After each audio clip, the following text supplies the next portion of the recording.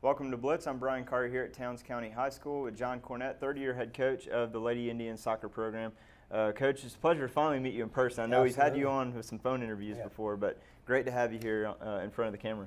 Yeah, you know, I just heard your voice for 3 years. I didn't know what face to put with the voice, but now it's nice to see. Same here. It's been a while since we've been up here, but an awesome drive for sure to come up here to Hiawassee as well. But this season has been great, a 9-win season for the Lady Indians soccer program. Obviously, ultimately, everyone wants to end with a state championship, but to make it to the Sweet 16 for the first time in school history, how would you assess this season? What were the feelings that you have of the year in general? Yeah, absolutely. You know, the girls had a desire to win a state championship. That's, you know, and when you have a group that want that task to happen, you know something special is going to take place. You know, unfortunately, I think we were beat by a better team, you know, and that happens. That happens to everybody because there's only one state champ every year. Right. But even for us to make it to the second round was special. A lot of the reason because we played private schools.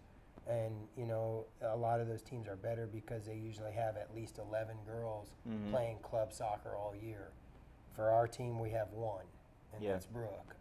So it makes it tough, but, you know, our girls play hard. They're not afraid, and they want to win. And that's a large part of our success. Absolutely. Like you said, that playing those private schools sets you up for a lot of success, I think, being one of the stronger 1A public schools in the state. 7 of the last 8 years, this program has been to the state playoffs. So if you look at Towns County and their sports history, you know, you're right in there in line with the girls basketball program where they had that incredible stretch under Coach Melton, and then also the cross-country program. I mean, multiple state championships there. But this is a program that we're used to seeing in the state playoffs. But again, this year, a little bit different because you don't just get there, you go further than just getting there. What is the next step for this program? So for the last 2 years, you know, I think my first year here, 24 teams made the playoffs. And then the last 2 years, 32 teams made the playoffs. And out of those teams, at most 3 were public. So I think it's a huge accomplishment for our team. And I will say, you know, when I first got to Towns County, there were athletes here. There are a ton of athletes, and we've had some really good female athletes come through, and that's a large reason we have success in basketball and soccer and cross country especially. So the future of our program is very bright, and a large part of that is because GHSA has decided to split public and private soccer, which is a big deal.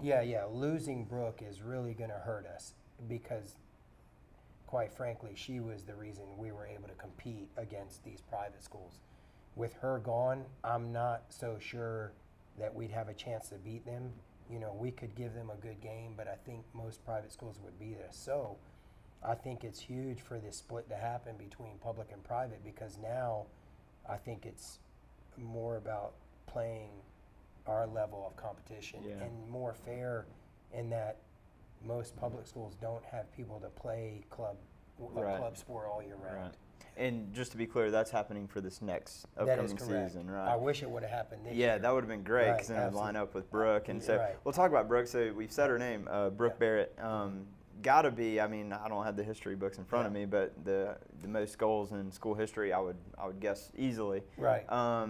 But talk about how special of a player she's been for you as a coach to have that chance to be around and how much she means to this program. You know, when I first came up here, I was coming during the summer to bring my daughter to basketball camp. And I had some spare time, so I'd go to the rec center and play some basketball, and I started meeting some of the players that play football here and basketball. And, you know, when I mentioned that I was a soccer coach right away, that was the name they mentioned was Brooke Barrett. Yeah. So I knew about her before I even met her. And then the very first time we had open house, her family came in and introduced themselves. So I got to see her. I had never seen her play, but the first time I saw her play, I was like, wow, we have something special. Yeah. You know, in my opinion, she's probably the best player in the state. And I mean, when you have a player like that in a female sport, usually they will dominate. And that's exactly what she did. You know, she's up there in the record books for sure. We're still calculating goals and all that, but I know if she's not first, she's second. Yeah. I mean, I'd highly doubt she's not first. Yeah, she's a special player for yeah, sure. absolutely, for sure. And like you said, one of the best players in the state. If not, we wouldn't see that she's going to Georgia Southern. That's so right. That's awesome. Absolutely. So in light of that, unfortunately, you're not immune to it. Every coach has to deal with the turnover and seeing those players go of that caliber. But how has this team developed the next girl up attitude? Like, who's going to fill the shoes for Brooke, and how's this program going to build off of what she accomplished here? Well, first of all, I don't think that we'll ever replace Brooke. That's a special player. You know, you get those players maybe once every 15 years, a dominant player like that. We do have a couple of players coming back that will help us a whole lot. They'll be our team leaders, and you know they'll transition into the role of Brooke. And I will say once again, I think it helps us that we're playing a public school schedule. But three that come to my mind are Taylor Cornett, Leah Newmeyer, and Erica Spano. You know, Taylor plays forward and will probably be our goal scorer. Leah plays midfield. She's all over the field and dominates. Like if that ball's in the air, Leah's getting it. And then Erica plays defense for us, and you know she is a tough girl. Very rarely do girls get by her. And she's physical. She dominates on defense. So we'll have three returning players that are really good. Well, thanks again, Coach, for your time. Really appreciate it. Excited to, not really excited is not the right word. Kind of sad, bittersweet to turn that page to a new era with life without Brooke Barrett. But I feel confident that we'll see you guys make another state playoff run next year. I appreciate it, Brian. Thanks, you Coach. so much, buddy. All right, check out our interview also with Brooke Barrett here on Blitz.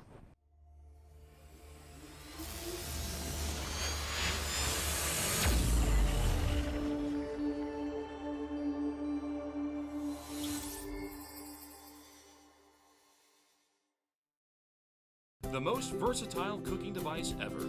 Is it a grill, an oven, or a smoker? Yes, it's the Big Green Egg, and you can get yours now at Bob and Ted's Trophy in Clarksville, an authorized gold certified dealer. The Big Green Egg stands alone as the most versatile barbecue or outdoor cooking product on the market, with more capabilities than all other conventional cookers combined. From appetizers to entrees to desserts, the Big Green Egg will exceed all of your expectations for culinary perfection. Bob and Ted's offers 6 convenient sizes to choose from, and all the egg accessories you'll ever need. Whether novice or expert, come see why the Big Green Egg is the only outdoor cooker you will ever need.